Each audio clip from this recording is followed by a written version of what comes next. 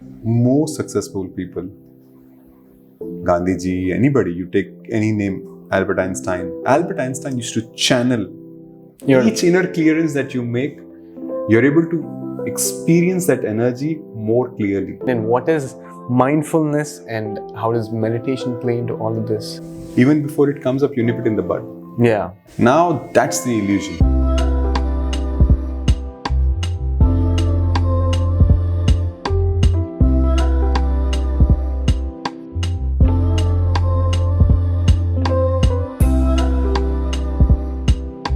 Hello. Welcome back. And we are talking about transcending the mind. That's where we left it off. That brings me to how do you transcend the mind and what is mindfulness and how does meditation play into all of this? That's a very loaded question again. It is a loaded question, yeah. You've asked me 3 questions, but I'll try to answer them one by one. Sure. Let's talk about mindfulness. Let's start with mindfulness. First, mindfulness? Yes. Okay. What is it? So mindfulness for me is actually not mindfulness. Okay. Yeah. Mindfulness for me is going outside the mind and making choices using your sixth sense or your gut instinct. If you look at the journey of most successful people who have ever lived on this planet, Yeah. and read their autobiographies, you would notice and see instances wherein they have said that most decisions in their lives, they have followed their gut instinct. Yeah. They have heard everybody else while taking choices, making choices in their lives. They have gathered information, if I may say. But most successful people, Gandhiji, anybody, you take any name, Albert Einstein. Albert Einstein used to channel, right? He used to go into a dreamlike state. Really? And then receive the... oh yeah, actually he used to, He some of used the, to receive the inventions, yeah. right? So, so that's essentially what I'm trying to say is that for me, mindfulness is moving away from the mind, outside of the mind, and living life through your sixth sense.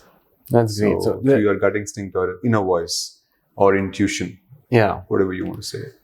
So mindfulness is a state of being. Is that what you're saying? Is it like is it something you cultivate? So I know how mindfulness is being used currently. Mindfulness is being aware of your thoughts, right? That's the context in which is observing your thoughts, right? Yeah. And but it's not that. No, it's part of the process. It is part of the process. Observing the thoughts is a part of the process. That's correct. And that's exactly what true meditation is all about. Yeah. True meditation is about witnessing your inner space. That's true. Whatever is happening within you. Yeah. And not focusing on any one thing. Yeah. Which is what most people understand meditation as. Like most people understand meditation as like focusing on a point or on an object. Yeah. Right. But in reality, true meditation is just witnessing your thoughts and emotions and sensations in your body. Just let it flow and just observe. Like you're watching a movie. Yeah. That's exactly what true meditation is. Yeah. So witnessing your thoughts is a part of the journey. That's true. Which results in a state which is beyond the mind. Which is the godlike state or which is the happy. The blissful or the one energy. Yeah. And this doesn't happen in one shot. It's a journey of, if not several lifetimes, at least several decades or several years. And with each step, each inner clearance that you make, you're able to experience that energy more clearly. Yeah. You're able to experience the cosmic realm more clearly. You're able to hear your inner voice more clearly. Yeah. You become more sensitive. To everything that is within you and outside of you. So that's great. As you go deeper in this process of witnessing, what ends up happening is that your inner space starts getting more clearer and clearer. Yeah. In other words, your non-contributive emotions, thoughts, and kind of your energies start releasing. Yeah. So it's like this. Imagine there's a bulb, Yeah. right? And the bulb, there are a lot of dust particles on it, Yeah. right? Now, when you meditate, it's like one dust particle coming out of the bulb. Yeah. And then another meditation, one more comes out. And then one more comes out. So with each such dust particle coming out, the light shines through easily. Correct? And that's true. You get to experience your true self. Yeah. And for different people, there's different levels of dust that's accumulated. Right. And right. it takes... And this is not like one lifetime, or this is not like this lifetime of thoughts and emotions. Yeah. These are from across lifetimes that you accumulate. From the beginning of the universe. Correct. Yeah. No? From the beginning of your soul's journey. Okay. Across different lifetimes. Hasn't my soul started from the beginning of the universe? No. May or may not be. May or may not be. That's right. That makes may or sense. May not be. Yeah. You may be a New Year soul, like to this planet, or you may be a very old soul. We will definitely get back to the souls, because it's a beautiful topic. Right. But I do want to talk a little more about mindfulness and almost like the perspective I guess that I have on the subject is mindfulness just means being completely present in the mind, as opposed to being lost in thought or being swayed by emotions. Isn't that's how I understood it? Is like so being present in the mind. Being completely like the mind is completely present in the moment. In the moment. And you're aware of what's happening. What thoughts are coming in and going out, like that? No. No. It's when mindfulness is when all like thoughts that come to you and you're not affected by it, or even if you see the thought coming, you're able to observe it and nip it in the bud before it even comes out, and you're fully aware of what's happening inside. That's how the mind is full, because it's full of awareness instead of full of thoughts and emotions and just thinking about the past and thinking about the future. Now, there are 3 aspects to the conversation that you just brought out. Okay. Awareness is never through the mind. Interesting. Awareness is through your sixth sense, which is a energetic sense. Right. Like you have 5 physical senses. This is a sixth sense which exists within you. Correct. Which is part of you, which you can sense and feel. Interesting. So awareness comes through that sense. It's not through your mind. Point 1. Okay. Right. Okay. Point number 2. Your earlier part of the discussion, you had mentioned that mindfulness for you. Can you repeat that part? Mindfulness for you is? Mindfulness for me is when your mind is completely present in the moment. Right. And not being distracted by the thoughts and emotions and that is vrittis, right? The fluctuations of the mind. Correct. Basically, that is the state of awareness, which is exactly what I was also saying. That basically you transcend your mind in that state of awareness or in the state of consciousness. Correct. You're just a witness and you're experiencing the pure cosmic realm in that state. True. So in that state, even though thoughts come in and go, they don't really impact you. In other words, in that state, you come out of the matrix. Yeah, that's your true. Conscious mind, and the matrix here is the conscious mind controlling you. The Maya, right? Not the Maya. Not the Maya? Not the illusion. Oh, not the illusion. But the conscious mind, your thought processes, your belief systems, which basically most of us are living life in an auto mode, correct? Because just reacting to... We're not even aware of what is driving us. True. Our subconscious beliefs, lenses, perspectives, judgments, opinions. These are the things which are driving us and hold a sway on us. And the whole journey is to come out of your mind. And then to witness this as if you're watching a movie. Yeah. Right? Interesting. And that's the challenging part. Now, very interesting point that you touched, and I'm going to cover that. You said that in the mindfulness state, for you, it's like even when the thought comes up, even before it comes up, you nip it in the bud. Yeah. Right. Now, that's the illusion. That's an illusion right there. That's an illusion, or that we can nip it in the bud. Yeah, that's true. That's one. That's an illusion because first and foremost, you have zilch control over your thoughts. Most of us. The thoughts that are coming in, you don't even know where are they coming from, why are they coming in. You're not actively thinking those thoughts. They're just coming in, right? Yeah. A flow. It just flows in. It's random. Yeah, it's random. You have no control over it. That's true. Right? Second, whatever you try to resist will persist.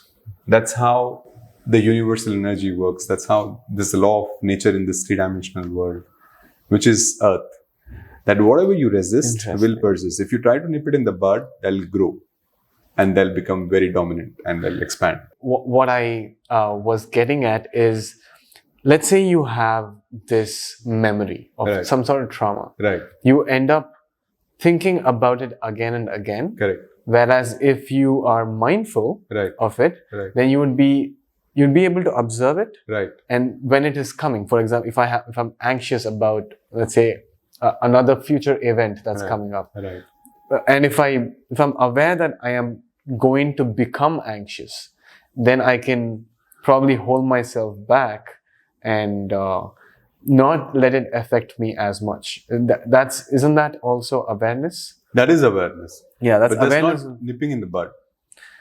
Nipping in the bud is that you're trying to remove the thought or suppress it. Okay.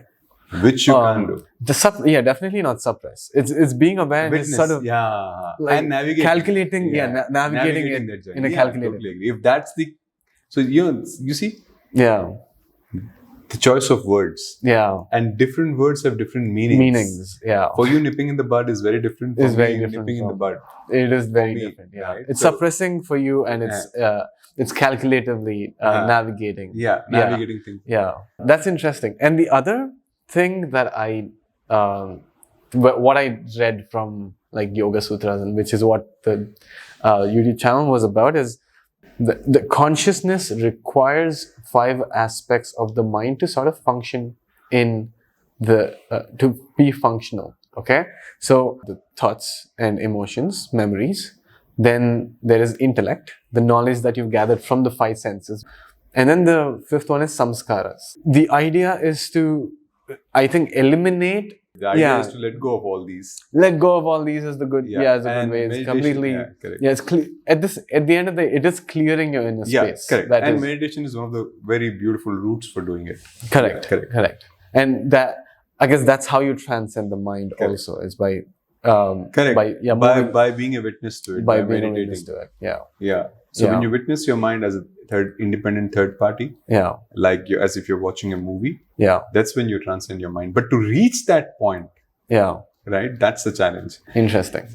I think you can't really hasten the process. It's a very natural, organic process. Yeah. And it's the one energy that's flowing through each of us, which is the souls. Yeah.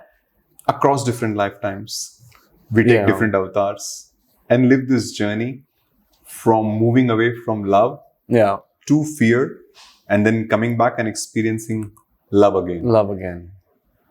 Now, this entire journey that happens, right?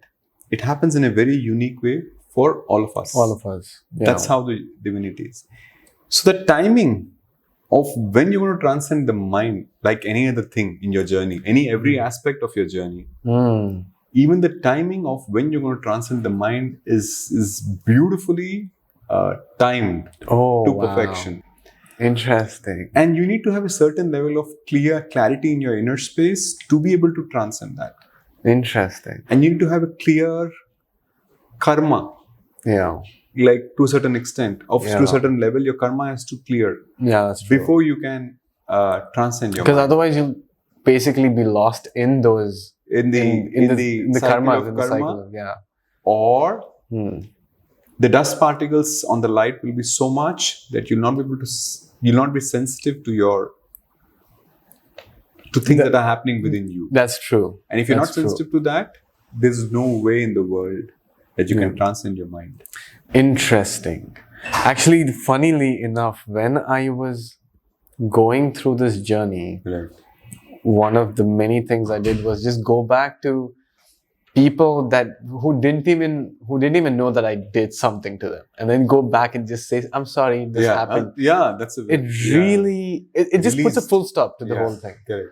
And I think that's a good release in itself. Yeah. Correct.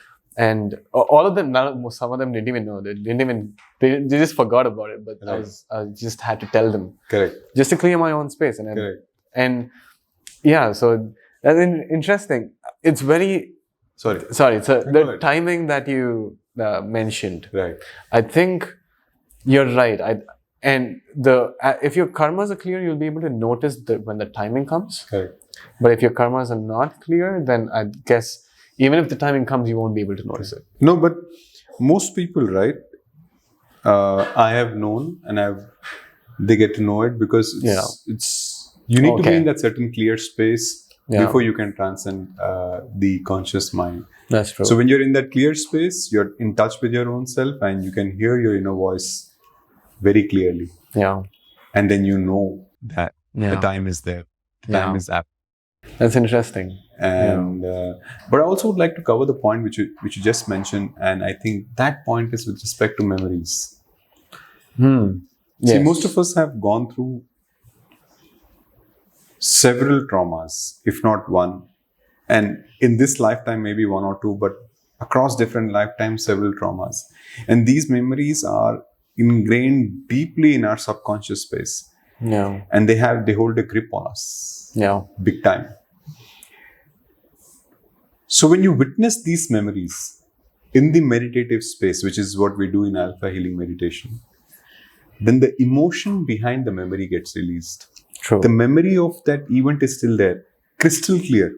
Yeah. But the sadness, the hurt, the feeling of being wronged, unfairness, unjust, all that feeling around that event, around the situation gets dissolved completely.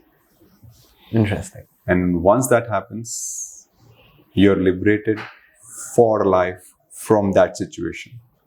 Yeah.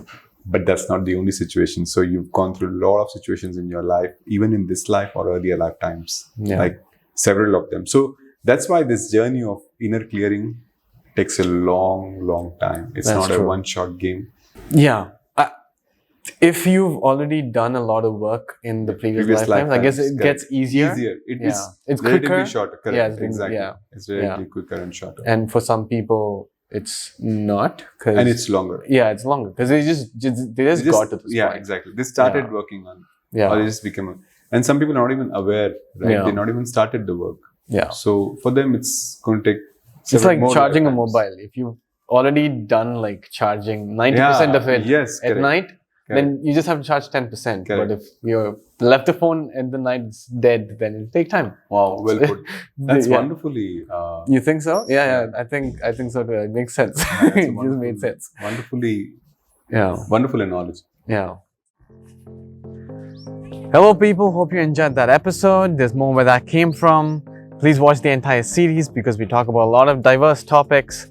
And if you've enjoyed what you've seen, then please like, comment, share, and subscribe. It would mean the world to us.